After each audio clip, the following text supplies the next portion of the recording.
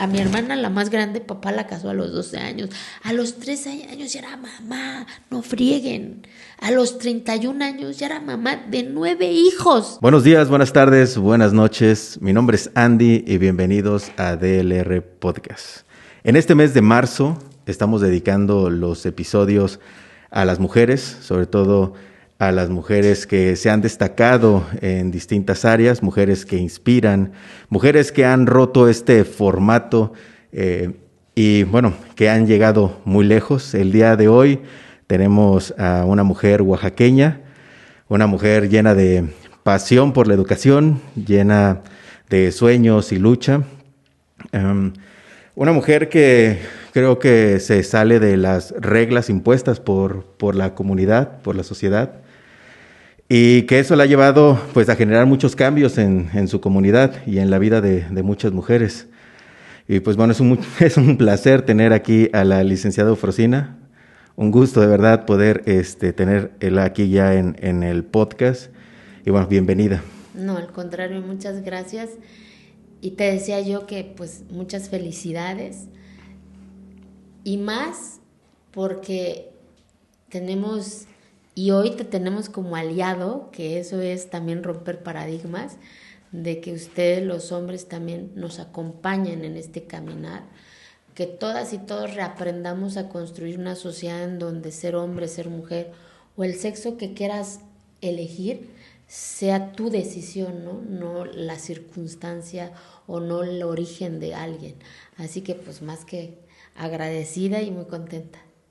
Bueno, para la gente que está viendo el episodio y bueno, no tiene todavía como una noción de quién es Eufrosina, me gustaría que pudieras presentarte con la gente. ¿Quién es Eufrosina?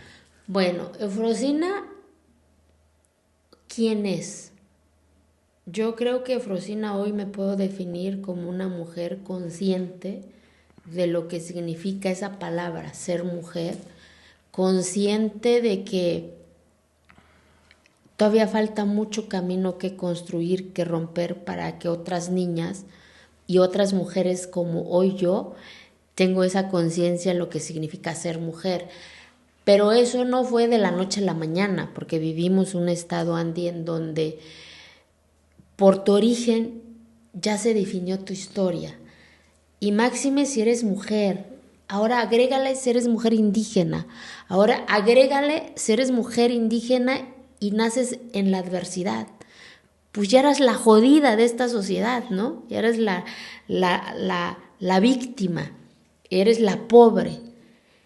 Y gracias al poder de la palabra, hoy estoy aquí contigo. Hoy me puedo definir como una mujer rebelde, terca, que un día entendió que nadie iba a cambiar su historia más que ella.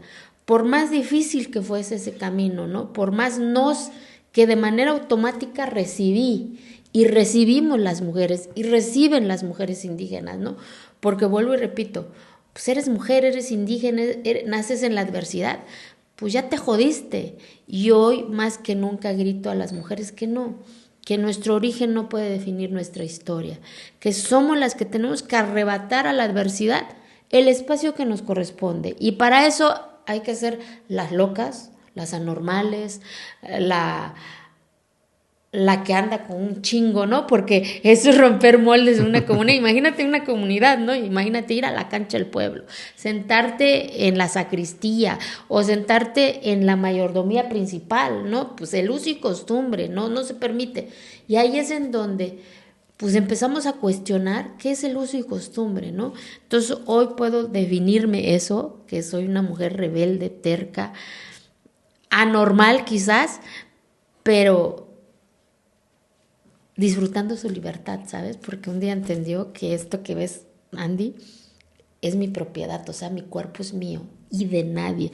Y sobre mi propiedad decido yo, de lo bueno y de lo malo que he hecho, que voy a hacer. Y he asumido la responsabilidad de todo lo que conlleva eso. Eso es lo que yo sueño para las niñas y para las mujeres, que entiendan que esto es nuestro.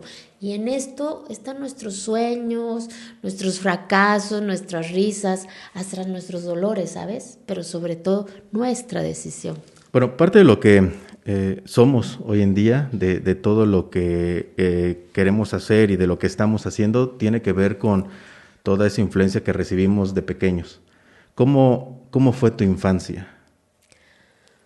Pues imagínate un estado como la de nosotros, 570 municipios, 407 regidos por el uso y costumbre, en donde se hablan 16 idiomas. Yo hablo zapoteco. Yo ya de grande aprendí el zapoteco, como sucede en muchos de nuestros paisanos, ¿no? Y cuando naces en una comunidad hace más de 30 años, pues mi pueblito Quiegolani, pues no había luz, no había carretera. Y mi única posibilidad era un espacio que se llamaba primaria. Yo no sabía que había secu, que había prepa, que había universidad, ¿sabes?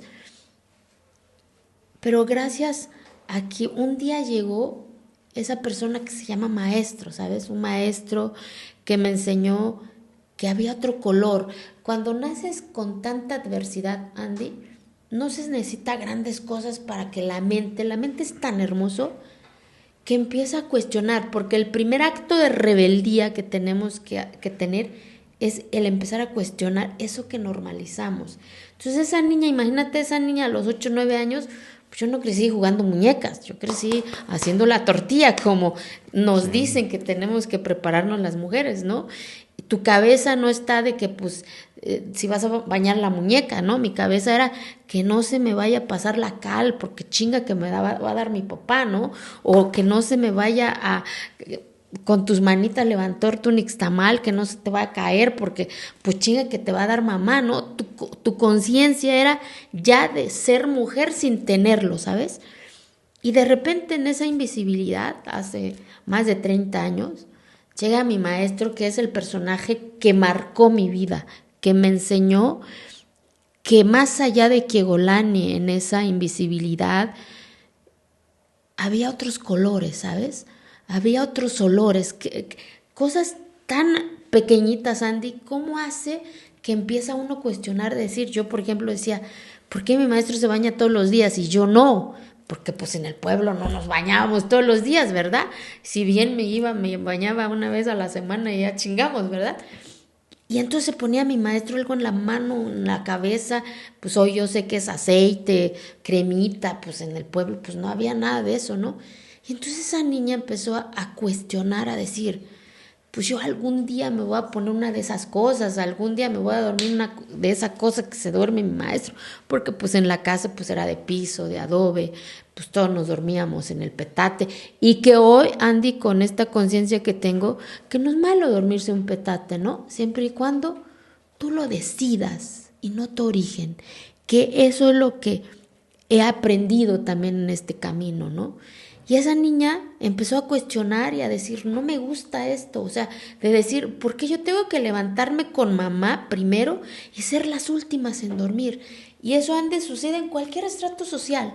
Nos educaron a las niñas, a las mujeres, en ser las primeras en levantarnos, en ser las que tenemos que atender, en ser las que tenemos que servir, en ser las que tenemos que escuchar. ¿Y cuándo nos van a escuchar a nosotras? ¿Cuándo nos van a abrazar a nosotras? Si no lo hacemos nosotras primero, ¿no? Entonces esa niña empezó a decir, ¿por qué yo tengo que servir a mis hermanos? Si hacen igual o yo hago más que ellos, ¿no? Porque yo también iba a limpiar milpa, yo también iba a traer el leño en el burro, ¿no? Y mis hermanos pues iban a limpiar la milpa y llegaban y se servía la comida y bien chingones se iban a la cancha del pueblo, ¿no? Y nosotras las niñas no, teníamos que ayudar a mamá. Y entonces el espacio hermoso que yo salía de ese contexto era el espacio de mi maestro, es decir, ¿por qué mi maestro sí me deja jugar canicas, no? ¿Por qué me deja agarrar el balón?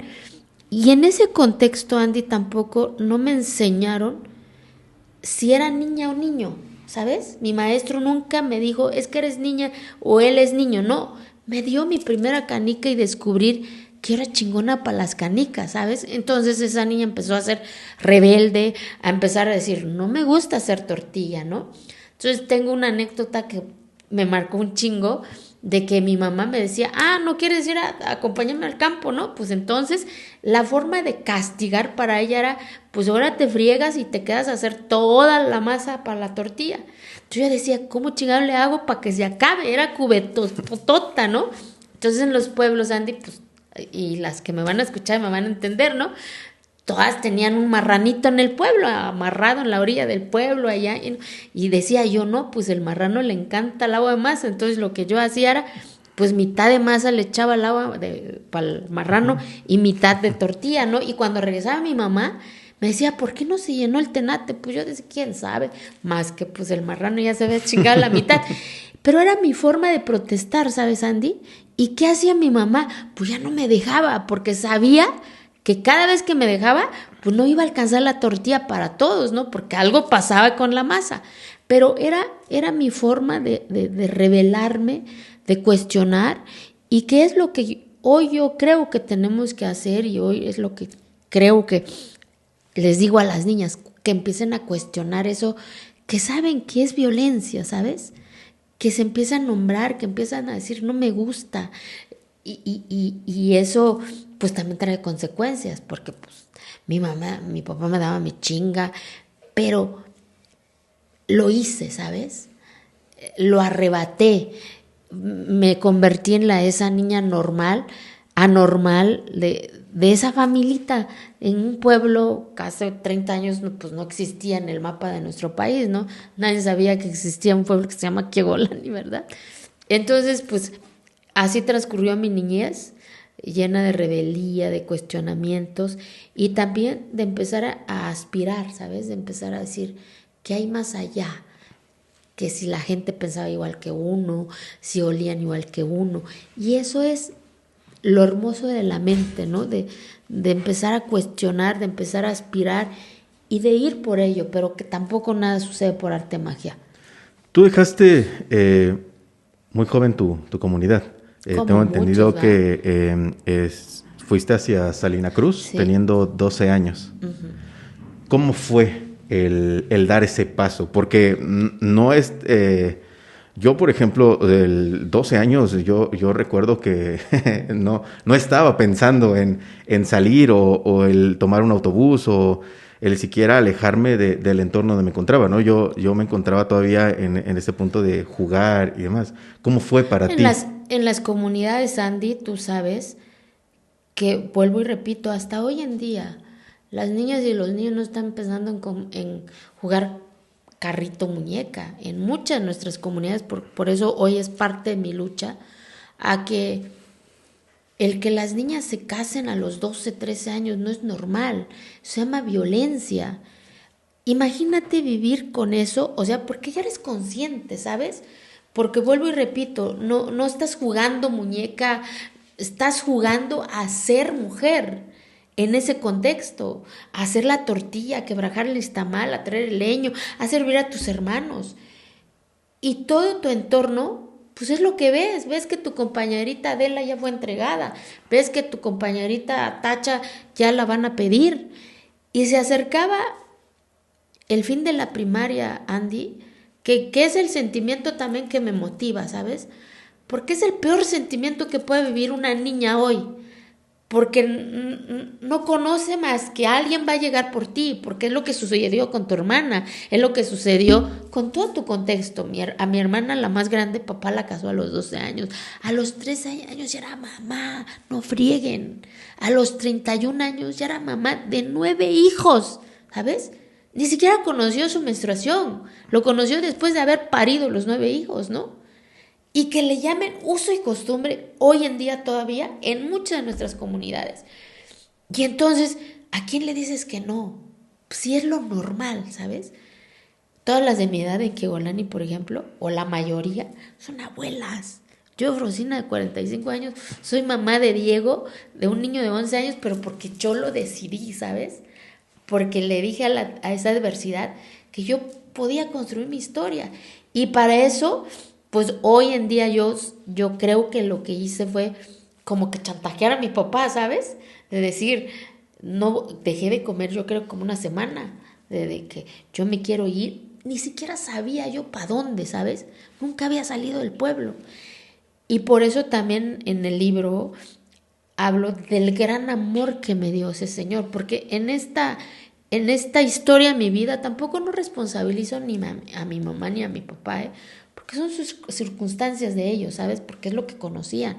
Mamá y papá nunca fueron a la escuela, no saben leer, no saben escribir, no saben qué es igualdad, no saben qué es democracia, ¿sabes?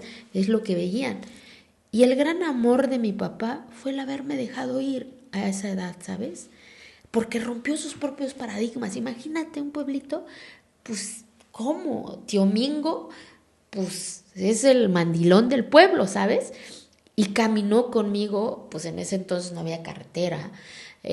Para llegar a mi pueblo teníamos que llegar a Santa María Catepec, donde llegaba el autobús. Entonces salí tempranito, yo me acuerdo, en una madrugada. Y ese día lo cuento también. ¿Y a cuántos no me van a entender? Hace más de 30 años, mi mamá me dio 100 pesos, ¿sabes? 100 pesos que yo no sé cómo hizo mi mamá en ese silencio para darme 100 pesos. A lo mejor era todo su dinero, ¿sabes? Y luego llegar a un contexto que no es tuyo, caminamos más de 12 horas, al otro día llegar, tomar el autobús. En mi vida había visto un autobús. Entonces llegar, soy de montaña, Quegolán y Catepec hace frío. Entonces llegas a Catepec, al otro día llegas a Tehuantepec. Entonces el pinche calor, o sea, imagínate.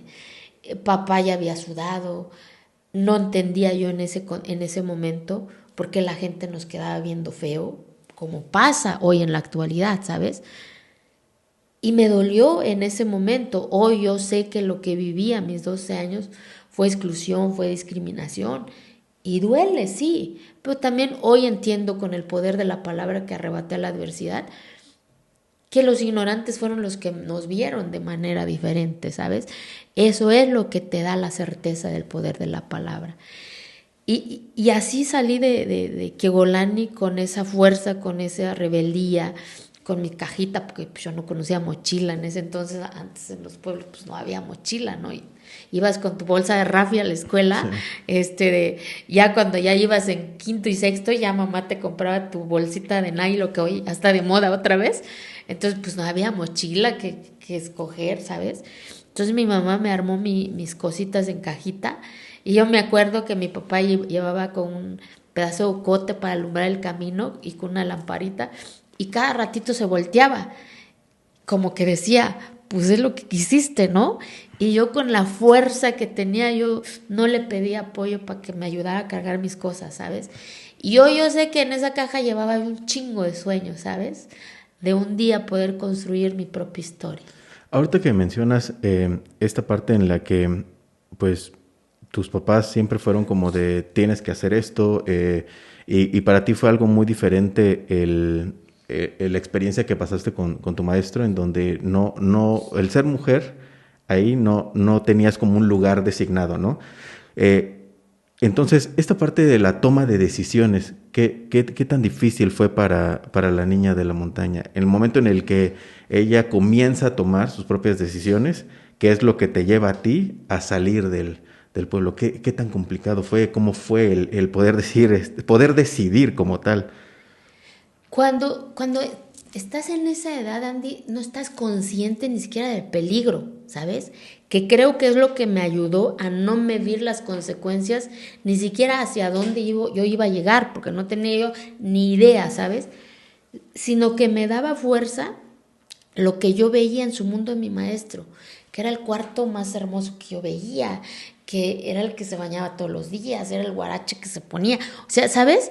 A lo mejor fueron elementos que me empujaron a decir, un día voy a hablar así como mi maestro, ¿no? Un día voy a ponerme esos guaraches como mi maestro, como que esos elementos me dieron la fuerza para decir, yo quiero eso que veo en el mundo de mi maestro y no quiero esto, ¿no? Porque era una friega, o sea, levantarte, ayudar, servir, atender y no salir de ese contexto y ver que los niños sí salían, cosa que no sucedía en el espacio de mi maestro. Mi maestro no hacía la distinción de que si eres niña o eres niño, tú siéntate casi. Nunca hizo mi maestro esa distinción. Ya hoy de grande también a lo mejor creo que mi maestro también, porque era diferente, ¿sabes?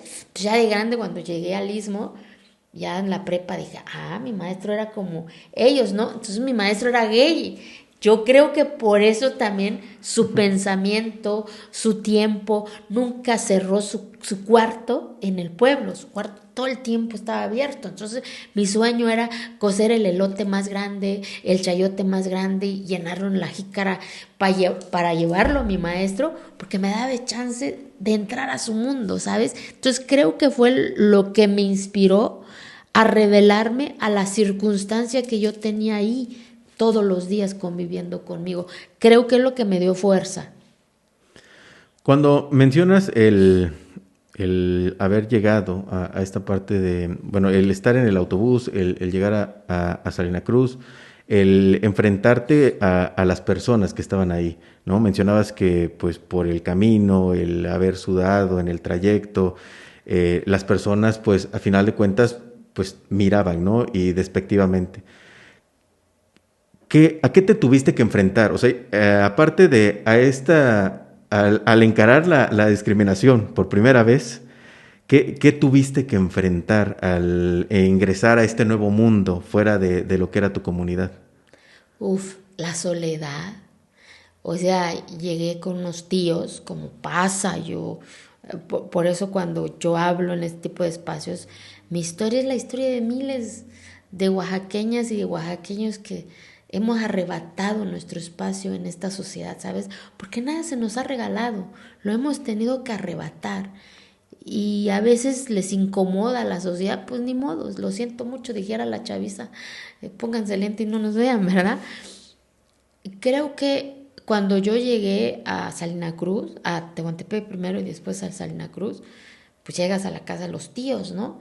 Pero pues como sucede, el muerto y el arrimado el tercer día apesta, ¿verdad? Y empezar a sobrevivir. Sobrevives en ese cuarto que se llama soledad, en donde no está mamá y papá para decirte tienes hambre, que te hace falta, sino que tú solita, ¿sabes?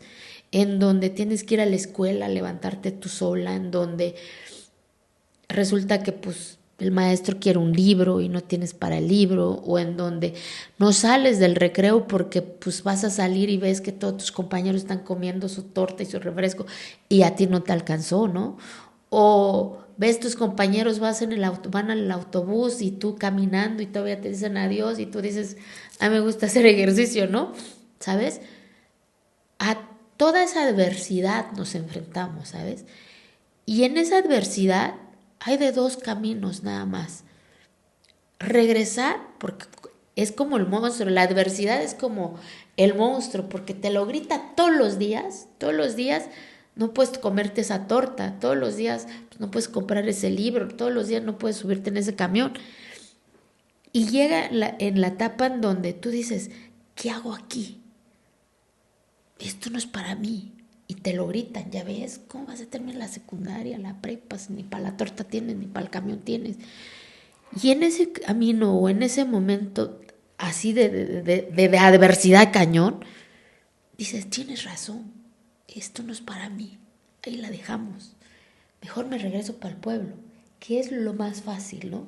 ¿Y qué me dio fuerza en ese momento de adversidad? Acordarme los 100 pesos de mi mamá, de decirle, pues si me regreso ni los pinches 100 pesos tengo, pues, o sea, ¿cómo? Y luego el de mi papá, había otras niñas que ya habían salido, pero regresaban con sus hijos, o sea, embarazadas, y era el estigma, ¿no? Y entonces yo tenía que demostrar que no, que la narrativa se puede cambiar, ¿sabes? Pero te enfrentas a ese monstruo y ahí es en donde aprendí que la adversidad es como el ir a Alcohólicos Anónimos, ¿sabes? Es un día a la vez, es un día a la vez, es un día a la vez, es un día a la vez. Y vas aprendiendo que el hambre pasa, la moda pasa, pero no tus sueños. Nadie iba a terminar esa secundaria si yo no iba a pasar esa travesía, ¿sabes? Si no me comí la torta, pues sí. Llegué y había un pedazo de tortilla que me había sobrado el día de ayer, pues ni modos. Nunca me compré un libro, ¿sabes? Pero iba a la biblioteca y me sacaba completita la copia y armaba otro libro. Antes había una aguja que se llama capotera, entonces armaba yo mi otro libro y con un pedazo de cartulina y hacía yo un chingo de dibujos y ya salía un libro, ¿sabes? Irte en camión, pues levántate un poquito más temprano, ¿sabes? Pero llegué, ¿sabes? No me dijeron que no podía terminar mi secu, y terminé mi secu, me dijeron que no podía terminar mi prepa y terminé mi CEBETI, ¿sabes? Me dijeron que no podía terminar mi carrera, soy contadora pública, recientemente terminé mi maestría y hoy soy alumna de la UNAM porque era uno de mis pendientes, hoy en segundo semestre de Derecho porque quiero ser abogada, ¿sabes? Entonces nunca es tarde para ir arrebatando lo que nos toca, a pesar de la misma adversidad, ¿sabes? Y eso es lo que aprendí en este proceso de construir mi propia historia yo, ¿sabes? Esa misma discriminación que sufriste, que pasaste en tu juventud, ¿crees que hoy en día todavía se vive con los pueblos indígenas? Claro, o sea, pero vuelvo y repito, el que es responsable de la discriminación es quien lo comete, quien da ese sentimiento. Hoy, con el poder de la palabra que yo tengo, Frosina, entendí y hoy más que nunca grito a este país que reaprendan a vernos con los ojos correctos, ¿sabes? Que no somos víctimas, que no somos grupos vulnerables, porque, a ver, en la política, en la sociedad, en el lenguaje cotidiano, donde tú quieras, ¿qué dicen? Los grupos vulnerables, el sur sureste, pueblos indígenas, mujeres, no chinguen, o sea, porque la misma palabra ya te está victimizando. Si tú me dices que soy vulnerable, tú estás negando mi capacidad. Lo que se nos ha vulnerado es nuestras posibilidades, nuestras oportunidades, porque no hemos tenido las mismas oportunidades, porque no hemos tenido las mismas posibilidades, ¿sabes? Pero no me falta un tornillo, me falta eso, ¿sabes? Entonces hay que empezar a gritar de manera diferente, a que nos nombren de manera diferente, ¿sabes? ¿Para qué? Para que también aprendan a no discriminarnos, no por el hecho de ser indígenas, no por el hecho de ser mujeres, somos menos o más. Yo me siento hoy orgullosa de ser mujer y de ser indígena, porque tengo una identidad que adopté, que hoy lo grito al mundo, ¿sabes? Y donde yo quiera que me paro, en donde sea, soy mujer y soy indígena y me siento orgullosa. Y eso no me hace víctima ni menos, ¿sabes? Pero eso te da el poder de la palabra, ¿sabes? Y el que discrimina, pues es el ignorante, ¿sabes? Entonces es el que tiene que aprender a ver con los ojos correctos, no yo. Hay una frase que mencionas de no somos víctimas, somos posibilidades. Nosotros como sociedad, ¿cómo podemos generar esas posibilidades para las personas que se encuentran todavía en comunidades, para poder generar ese cambio, ¿no? Para que alguien de tu comunidad, ¿sí?, pueda estar hoy en día en la posición en la que te encuentras tú? Primero yo creo que como sociedad, vuelvo y repito, reaprendamos a vernos con los ojos correctos. Que todos como sociedad somos diferentes. Que buscamos un solo objetivo, sí, generar igualdad de oportunidades para que cada niña y cada niño construya su propia historia sin negar su identidad, ¿sabes? 2, los que ya tenemos más posibilidades, hagamos lo que está en nuestras posibilidades para que esa niña, ese niño no le duela tanto, que le tocará sufrir, sí, porque la vida es así, ¿eh? Tampoco no es un tema de échale ganas, tú puedes, no. ¿Quieres cambiar tu historia? Ve y pártatela, porque si no la vida te la va a partir, ¿sabes? Pero que ese dolor de camino sea menos complicado, ¿sabes? Porque tendrá sus adversidades también las niñas y los niños, ¿no? 3, ya no victimizar, o sea, de verdad, o sea, hasta en Oaxaca, pues, en la colonia de San Felipe, en Reforma, ¿qué te dicen? Oye, Fro, ¿no conoces una muchacha para que me venga a ayudar? No, yo no conozco ni una muchacha, conozco ingenieras, arquitectas, ¿sabes? Que no es malo ser trabajadora del hogar, siempre y cuando esa niña lo decida y no su circunstancia.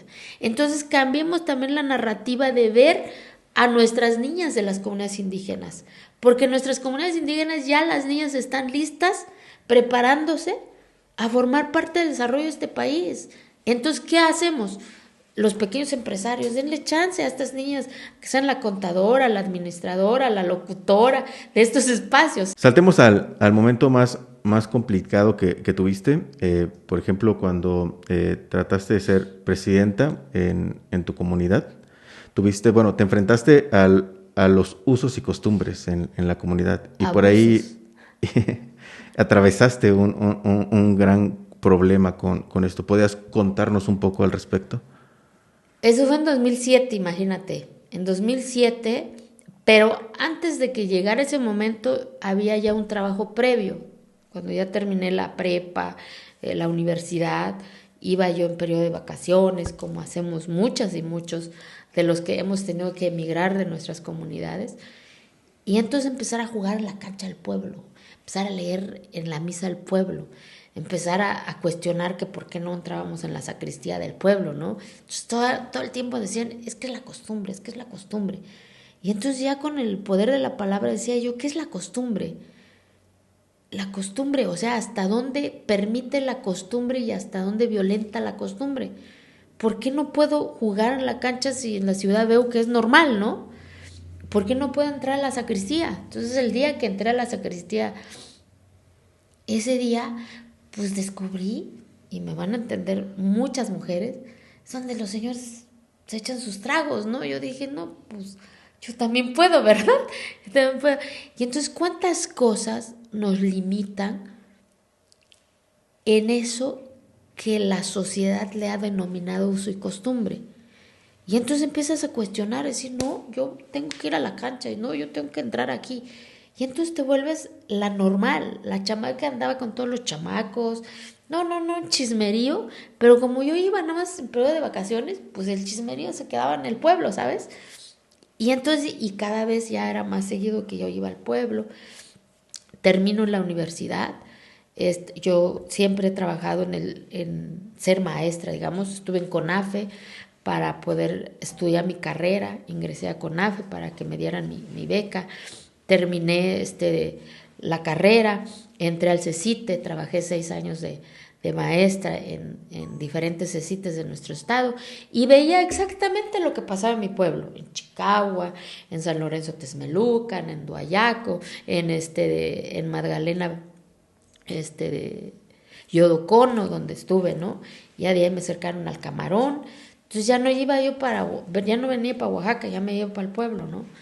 Y entonces se acercaba la elección, que entonces los chavos, que es donde está mi apuesta para poder cambiar muchas de las cosas que pasan en nuestras comunidades, que son los jóvenes, porque son los que están hoy preparándose. Entonces los chavos del pueblo me decían, oye China, porque así me dicen en el pueblo, ¿no? ¿Por qué no vas tú? Yo le decía, no, porque aquí no votan las mujeres. Me dicen, pero nosotros votamos por ti, nosotros estamos aquí. Y entonces, pues bueno, se armó la onda, todo, ¿no? Y el día de la elección, ya llevábamos mitad de asamblea, y cuando me notifican uno de ellos de decir, pues están diciendo que la papeleta que lleva tu nombre no va a servir, porque aquí dice que la costumbre no es que nunca han votado por las mujeres. Ni siquiera yo voté por mí, pues, para empezar. No había una lista de ciudadanas amparado en el uso y costumbre. Fue el primer día que fui a enfrentar la asamblea de mi comunidad. Y ese día en 2007, el 4 de noviembre de 2007, odié haber nacido mujer. Odié haber nacido en una comunidad, ¿sabes? Porque nuevamente me estaba yo enfrentando a la disyuntiva de haber nacido mujer. El insulto en lengua es bien fuerte, ni siquiera existe el significado de algunas palabras, ¿sabes? Fue la primera vez que fui a enfrentarme a ese espacio y pues siempre una asamblea ahí, señores que están tomados. Y ese día salí llorando de esa asamblea porque es muy doloroso, ¿sabes? Tú solita contra esas voces. Y llego a la casa y veo a papá y a mamá llorando, desgranando, yo me acuerdo su mazorca. Nunca había visto a papá llorar. Y papá diciendo, ya párale, nos van a correr del pueblo, ¿sabes? Y te pueden correr del pueblo porque rompes con la normalidad, ¿sabes? Porque es más fácil no cuestionar. Sabes que hay violencia, sabes que hay abuso, pero nadie lo nombra porque se amparan el uso y costumbre, ¿no? Y ya tus hermanos diciendo, ya ves, te dijimos que aquí las mujeres no sirven, por tu culpa nos van a quitar todos los programas. Y volteo, estaban otras 10 locas igual que yo. China, cuidado, te vas a agüitar, estamos contigo. ¿Qué haces? Dices, no manches, yo quería ser presidente, pero ¿saben qué? Ahí la dejamos. Y nos vemos, porque es muy fuerte ver a papá y a mamá diciendo, ya párale. Y te pueden correr, de un pueblo amparado en el uso y costumbre, ¿no? Y es cuando ese día yo dije, trágame tierra, no quiero existir. A muchos les ha pasado seguramente. Pero es ahí en donde también dije, ¿qué hago?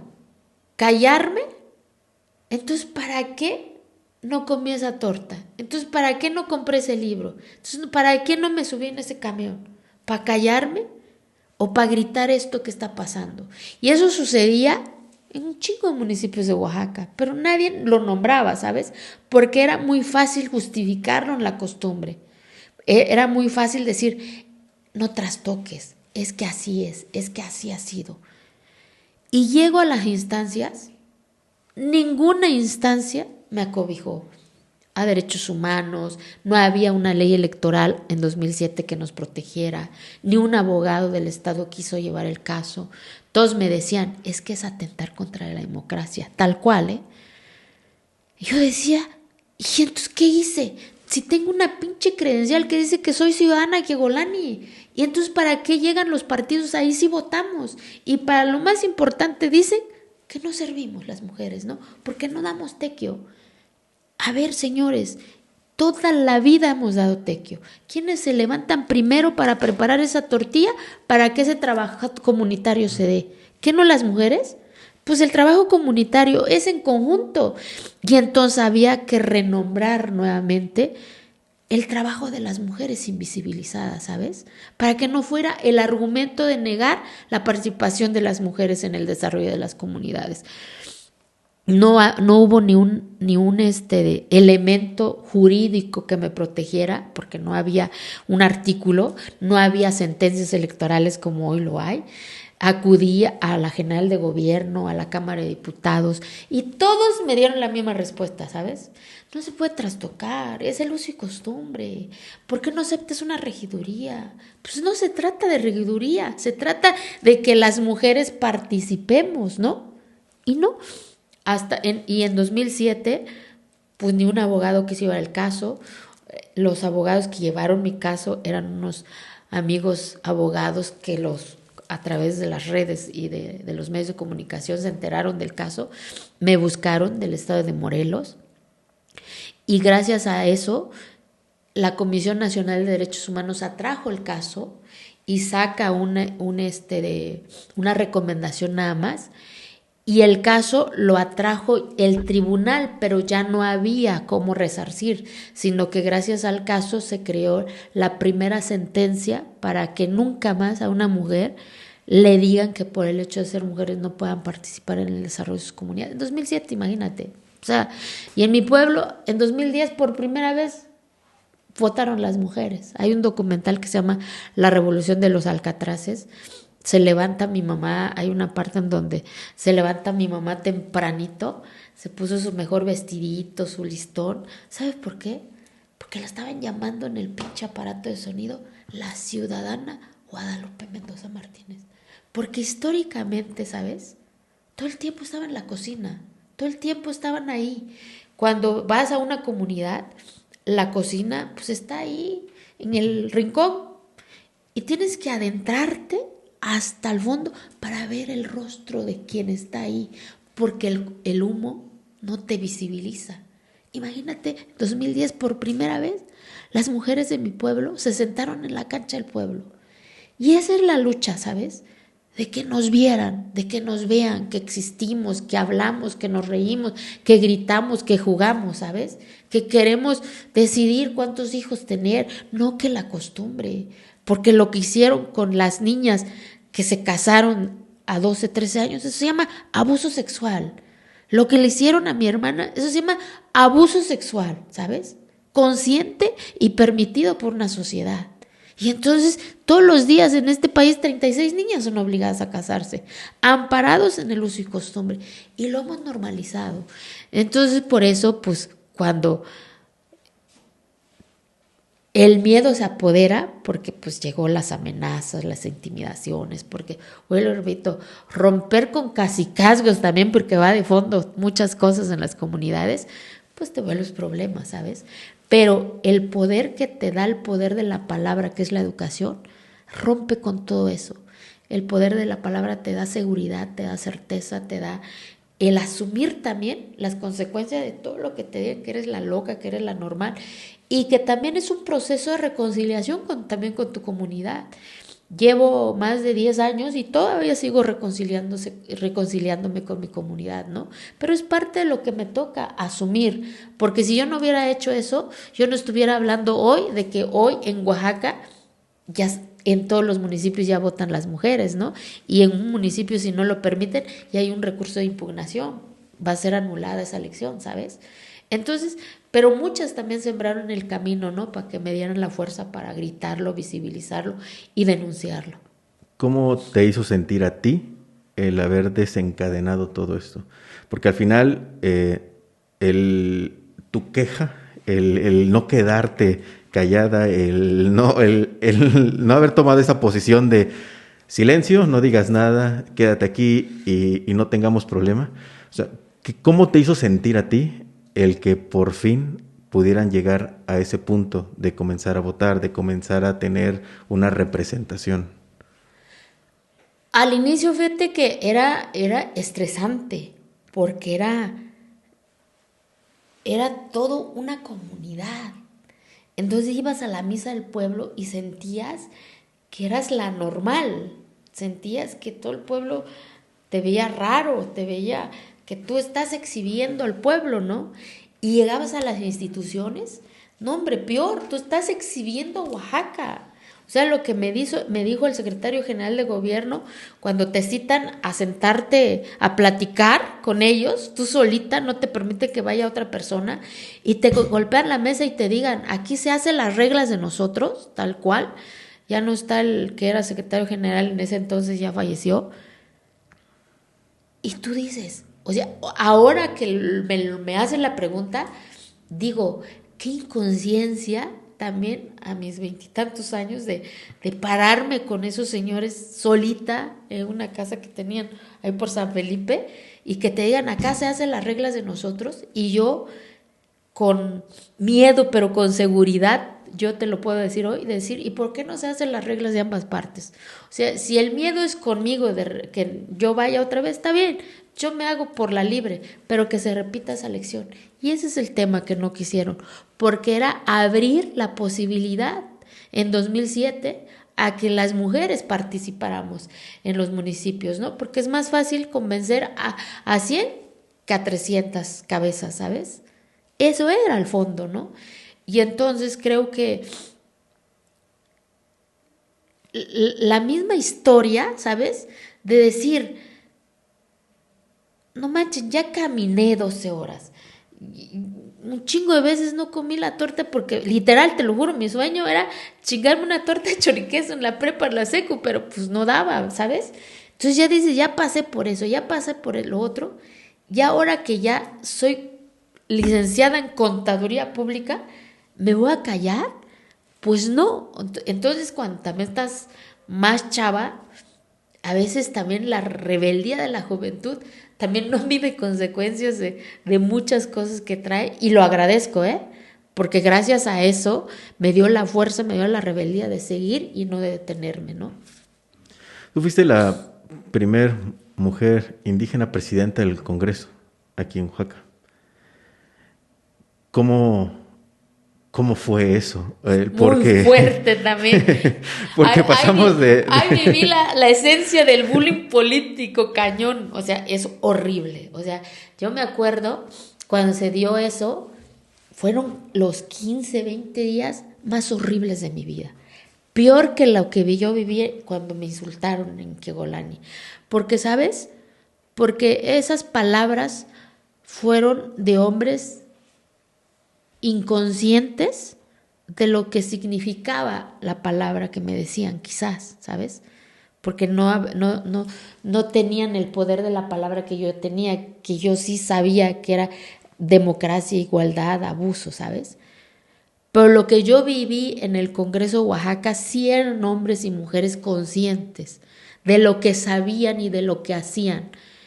Y fue 20 días en donde yo me la pasé así literal, llorando todos los días, porque era tan fuerte el bullying, los señalamientos, todos los días en los periódicos, los locutores, era lo que salía el encabezado, ¿eh? La indígena ya se equivocó, una flor más al huipil de la indígena, literal, ¿eh? Por Dios. Y cuando yo presidía la mesa, eran tan crueles que con tal de exhibirme, pues a ver, yo era Frosina, ¿sabes? Hija de tío Mingo y tía Lupe, o sea, perdón, ¿no? Mi pecado fue arrebatar un espacio en un momento histórico de Oaxaca quizás, ¿no? En donde pues muchos llegaron que habían sido magistrados, presidentes municipales de Oaxaca capital, de ciudades importantes, diputados federales, senadores, ¿sabes? Entonces, y llega Frosina y se convierte en la presidenta del Congreso, primer mujer y además indígena en un gobierno de alternancia. No, la exhibida era, presidenta, fundamenteme en qué artículo viene eso. Y yo, Diosito lindo, ¿con qué se come eso, no? O sea, yo no tenía ni idea que era votación económica, mayoría, ¿sabes? Y yo decía, no puedo con esto, no puedo, o sea, hasta aquí la dejamos, ¿sabes? Estuve hacía nada renunciar. Pero hoy reconozco también muchos, porque dentro de ahí hubo también voces y debo y tengo que decirlo, y en el libro lo hablo, fíjate que las coincidencias de la vida. El maestro Neri en la universidad fue mi maestro y me dio clases 6 semestres. Y yo lo admiraba un chingo porque para mí era el mejor fiscalista. Yo decía, no manches, o sea, y motivaba siempre a sus alumnos, creó la beca de transporte. Yo fui la primera generación de la beca de transporte. Los que teníamos promedio de 9.5 para arriba siempre nos dotaba libros del siguiente semestre. Entonces yo salí con 9.7 de la universidad, ¿no? Entonces siempre nos daba nuestra dotación. Fue director de la facultad, etcétera, etcétera. Y la vida me lo pone como mi vicepresidente, imagínate eso, ¿no? Entonces cuando ya estaba a punto de decir ya, el maestro me dijo, a ver, acuérdense que yo les decía, tienen que arrebatar lo que les toca, ¿no? Entonces, no hagas quedar mal a tu maestro, me decía, nunca le dije diputado, ni le digo diputada, siempre le he dicho maestro, porque para mí la palabra maestro es la palabra más hermosa que puede haber, ¿no? Y una profesión bien bonita. Y entonces, ¿qué entendí entonces? Me fui al Senado, fui a tragarme la Constitución del Estado, el reglamento del Congreso, la ley orgánica del Congreso, la Constitución del país, para entender cuál era mi función ahí, ¿sabes? Y entendí como me decían, a ver, tu función no es llegar a acuerdos, tu función es desahogar un orden del día. Y si hay bronca ahí en el pleno, no es tu responsabilidad. Es la de los coordinadores de los grupos parlamentarios, no tuya. Y si se pelean, si se madrean, es bronca de ellos. Tú es nada más poner orden y si no quieren, manda receso, ¿sabes? Porque la que manda ahí eres tú. No, hombre, cuando yo regreso, porque era tanta la presión de decir, ya no puedo con eso, era tan así de, presidenta, fundamenteme. A ver, perdón, pues yo no soy computador para saber en qué artículo se fundamenta, ni ellos no lo sabían, pues, ¿sabes? Y cuando regresé, no hombre, pues al final pues me pusieron la presidenta campanita, ¿no? Porque cada vez que no había acuerdos yo mandaba receso, ¿no? Presidenta, ¿no? Ay, cuando se pongan de acuerdo ahí me avisan, les decía, ¿no? Y me acuerdo, yo dije, el diputado que siempre me exhibía era uno de mis secretarios, me acuerdo. Y entonces un diputado me pregunta a mí, presidente, ¿en qué artículo viene eso? Y tú eres la presidenta y entonces tus secretarios están para apoyarte. Entonces yo dije, ahora te la voy a cobrar a ver si es cierto que tan chingón eres para contestar a ver qué artículo viene, ¿no? Y les digo, a ver, secretario, fundamente al diputado el artículo. Pues claro que no pudo, era para exhibir, ¿sabes? Es la forma de cuestionar a lo mejor un espacio que no era para mí, según muchos, ¿no? Pero no, hoy en día, ¿qué les digo a los que llegan con esta inexperiencia? Porque no nacimos sabiendo, porque capacidad la tenemos todas y todos, es que hay que prepararnos. Hay que tragar el reglamento, la ley, porque vuelvo y repito, el poder de la palabra te da espacio y te da seguridad. Y cuando entendí cuál era mi posición ahí, al término de mi gestión, yo me acuerdo que uno de mis compañeros me dijo, usted es una presidenta autoritaria. Yo dije, a toda madre. ¿Por qué? Porque hacías aplicar la ley, ¿sabes? Y eso es lo que me dejó mi experiencia de haber ocupado ese espacio. ¿El haber estado ahí abrió otras puertas? Claro, por supuesto. Primero, me abrió seguridad y certeza más firme. Dos, me abrió a decir a las niñas y a los niños que nuestro origen tampoco no es la limitante para llegar a ocupar los espacios que nos corresponde, ¿sabes? Aunque les incomoda al resto, pues ni modos. Es lo que nos corresponde. No pedimos ni más ni menos, lo que nos corresponde, porque ha sido nuestro esfuerzo, porque ha sido nuestra lucha, porque ha sido nuestro caminar, ¿sabes? Entonces, claro que abrió otras puertas, el que me tocó ser diputada federal después, el que me abrió las puertas de conocer mi país a través de mis conferencias, el representar a nuestro país en diferentes foros internacionales, el que pues hoy tenga yo qué más que contar, ¿sabes? Los dueños de la niña en la montaña, por supuesto, te abre y te abre más seguridad, ¿sabes? Y que te vuelves más consciente de tu causa. ¿Cómo fue para esa niña de la montaña el haber tenido una representación en la ONU? Uf. En el libro lo cuento, ¿sabes? Yo creo que es el momento que más me ha marcado, aparte de ser mamá de Diego, es el momento que más me ha marcado de todo este caminar.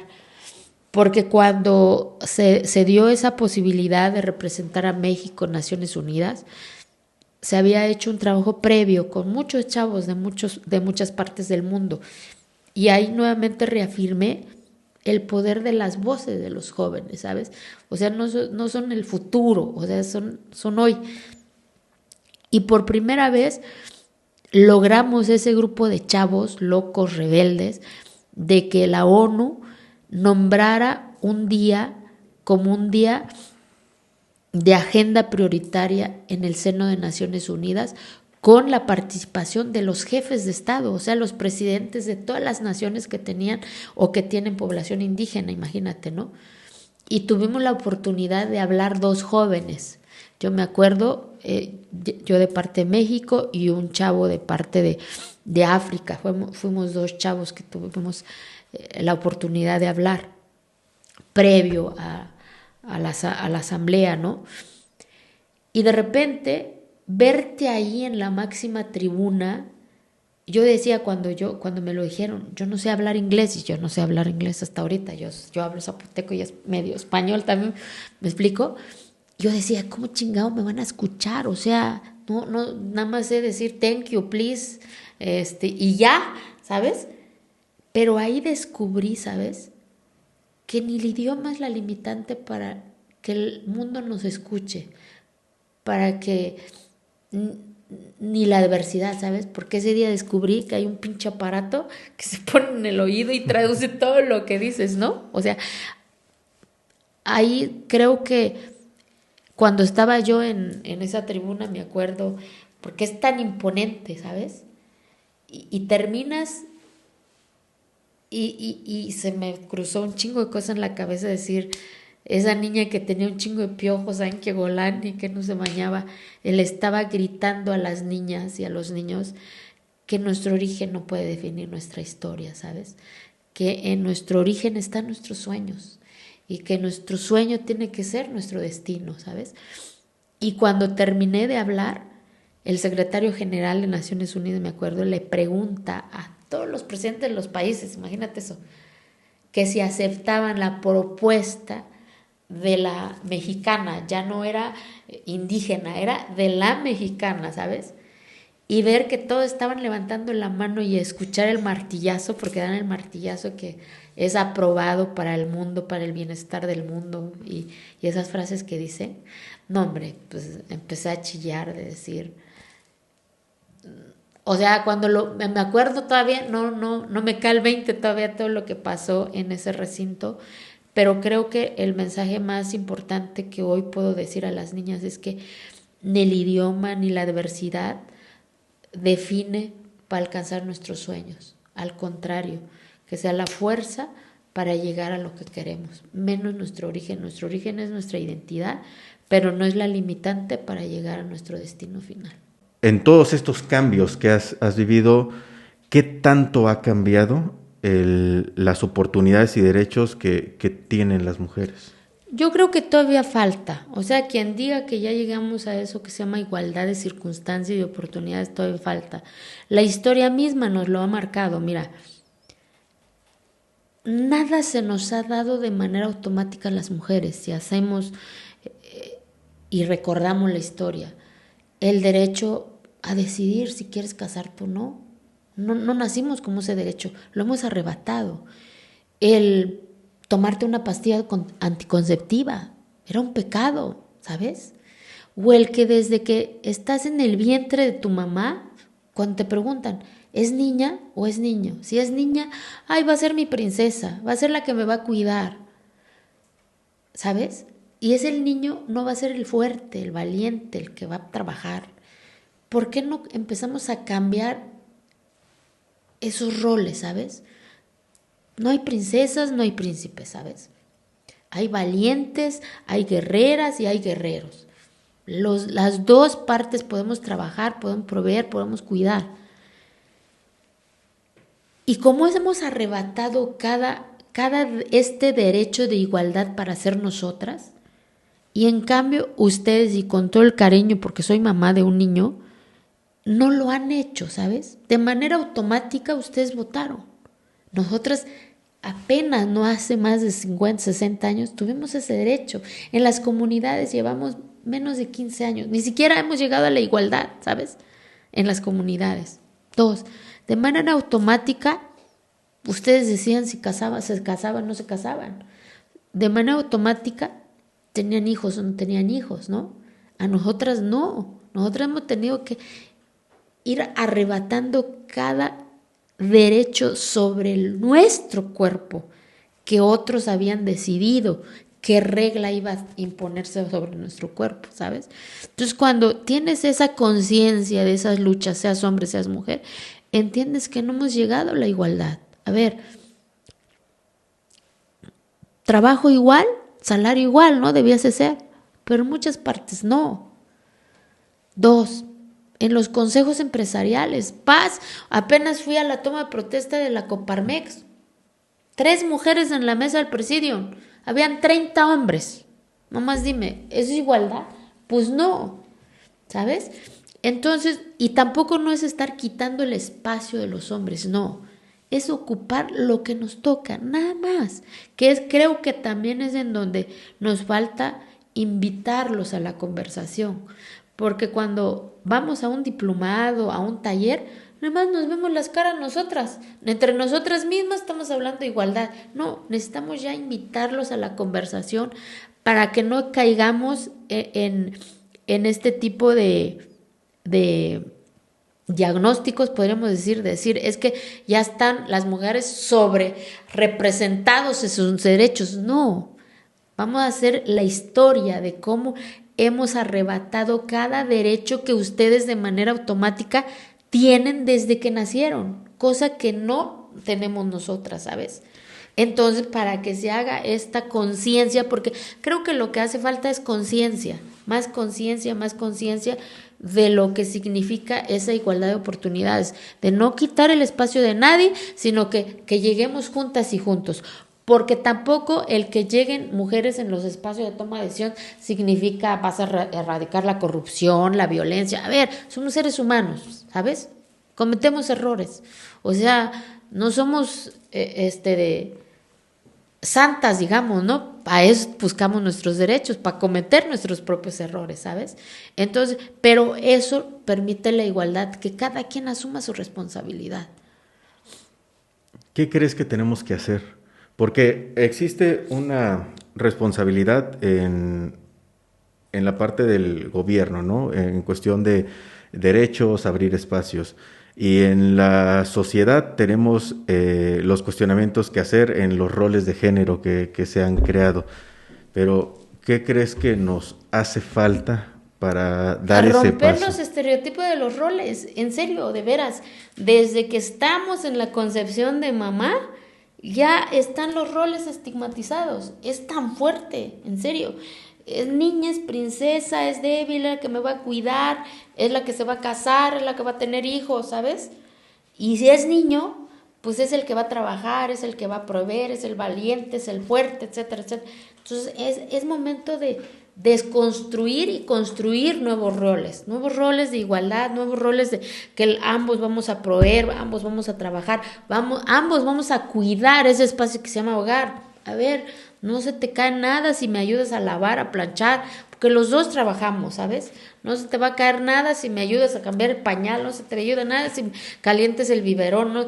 Entonces, muchos demonios que nos impusieron para romper esos roles. Si te ven ayudando a tu esposa, pinche mandilón, ¿no? No, es parte de mi responsabilidad, ¿sabes? O si ves una que está mandando a su esposa, pinche tóxica, ¿no? No, es parte de estos roles que tenemos que desconstruir, ¿no? Porque hoy creo que también ya hay más jóvenes conscientes de esta desconstrucción de roles y eso me da mucha esperanza y mucha motivación de que vamos a lograr en donde, a ver, no importa si eres hombre, si eres mujer, todos cocinamos, todos planchamos, todos hacemos y todos trabajamos, ¿sabes? Entonces, ese es el gran reto como sociedad, romper y desconstruir y construir nuevos roles. ¿Qué sigue para Eufrosina? ¿Qué sueños tienes todavía? ¿Qué falta por cumplir? Un chingo de cosas. Como siempre lo he dicho a las niñas, mientras que tengamos vida, pues los sueños siguen, ¿sabes? Los sueños nunca terminan, las metas nunca terminan. Agradecida primero que nada, gracias a este proceso de vida, a esta lucha, hoy te puedo hablar de una reforma a la Constitución del Estado a nivel nacional, el que se haya logrado, el que México se convierta en el primer país en América Latina en nombrar, en tipificar y en señalar los matrimonios infantiles ya como delito grave, ¿sabes? Que eso era un gran pendiente que yo tenía conmigo, con mi historia, con las mujeres de mi entorno y con las niñas de este país, ¿sabes? Y ahora mi lucha desde el activismo, desde mis conferencias, desde como escritora, desde la fundación, es lograr que se homologue ese código penal a todos los códigos del país, lograr que las fiscalías hagan sus protocolos, porque al final del día, en muchos de estos casos se va a denunciar a los papás, ¿sabes? Entonces el Estado mexicano, ¿qué papel va a asumir en este tipo de acciones? Porque va a ser una acción penal en contra de quienes cometen este delito en contra de las niñas, ¿no? Entonces es parte de mi lucha, de mi activismo, y muy agradecida, muy contenta del acompañamiento que me han hecho en estos años. Mi mamá solía decir que ella dejaría de trabajar el día que por fin hubiera mujeres ocupando los espacios que se merecen. Para ti, ¿hay una meta? Sí. ¿Hay un punto en el que puedas decir, en cuanto alcance esto, podré ya decir, ok, creo que me puedo dar ese momento de descansar, de decir, al menos lo hemos logrado?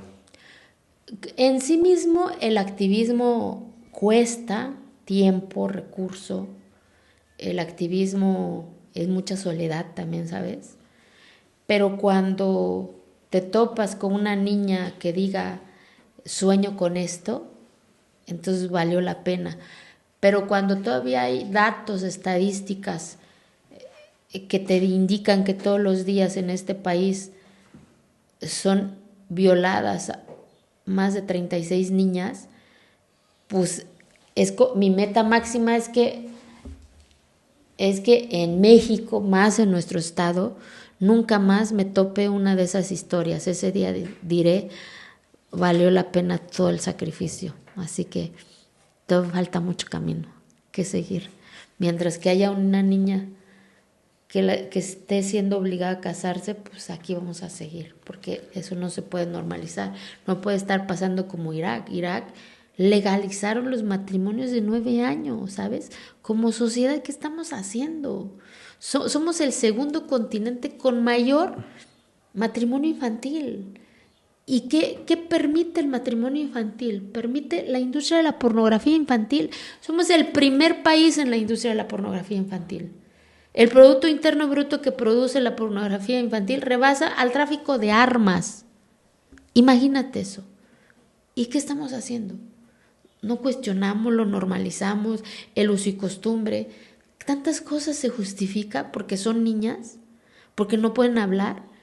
Y entonces yo no me puedo dar el lujo de callar porque es parte de mi historia, ¿sabes? Es parte de la historia de mi mamá, de mis abuelas, de mis tías y de muchas niñas. Entonces, mientras que estos indicadores, porque no me gusta hablar de indicadores, no bajen, pues aquí vamos a seguir y agradecer el espacio que siempre brindan, espacio como los tuyos, pues ayudan, ¿sabes? A hacer conciencia a que no se puede normalizar la violencia contra las niñas, menos el tráfico de su cuerpo. Eso se llama abuso sexual igual, abuso sexual digital tal cual como se tiene que nombrar, porque es un abuso al cuerpo de una niña. No importa a través de un monitor, pero están violentando su cuerpo. Tu camino ha sido difícil, muy, muy difícil. La manera en cómo me cuentas muchas cosas, lo que te ha tocado enfrentar, todo lo que tuviste que atravesar desde muy pequeña. Si tuvieras aquí enfrente a esa niña antes de haber dejado esa comunidad, a la niña que todavía jugaba con esas canicas, que estaba descubriendo cosas, ¿qué le dirías si la tuvieras enfrente? Que la admiro un chingo, y en el libro lo pongo, que la admiro un chingo y que cuando yo sea grande quiero ser como ella, porque era valiente, no medía las consecuencias de su rebeldía, ¿sabes? Papá le decía, no te subas acá, y ella subía. Papá le decía, no hagas eso, y ella lo hacía, ¿sabes? Pero llegó, se subió en esa piedra y papá le dijo que no se tenía que subir y ella subió, y cuando subió en esa piedra descubrió que había otros olores, que había otros sonidos más allá de su montaña, que la admiro mucho. ¿Y qué le podrías decir a esas niñas que están ahí y que están tratando de descubrir el mundo? Eso, que no tengan miedo de subirse en esa piedra y de soñar que hay otro mundo, que hay otro rostro, que hay otros sonidos, que hay otros olores más allá de su contexto, ¿sabes? Y que no tengan miedo de descubrirlos sin olvidar su identidad, porque vuelvo y repito, porque el bullicio y la falsa sociedad apendejan, ¿sabes? Entonces ya cuando siento que ya me estoy apendejando, siempre regreso a Kigolani a pararme en esa piedra para encontrar y reencontrarme las razones, ¿sabes? Porque andar en la política también es muy cuestionable, ¿sabes? Porque pues es la actividad más cuestionable hoy en día, ¿sabes? Y hay veces que sí te frustra también, ¿no?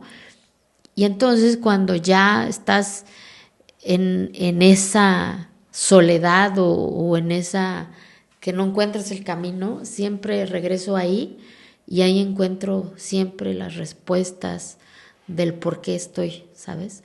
Entonces eso le diría a las niñas, que siempre párense en lo infinito de sus sueños y que vean y visualicen que hay más allá, porque el poder de la mente es tan hermoso que de verdad sueña, imagina, y a través de esos pues empieza a aspirar y empieza a ir por eso, porque tampoco nada sucede por arte de magia. Eso también les diría yo, que sí es bonito soñar, es bonito aspirar, pero pues hay que chingarle todos los días, porque no hay sociedad, no hay gobierno que cambie tu narrativa de tu historia más que tú.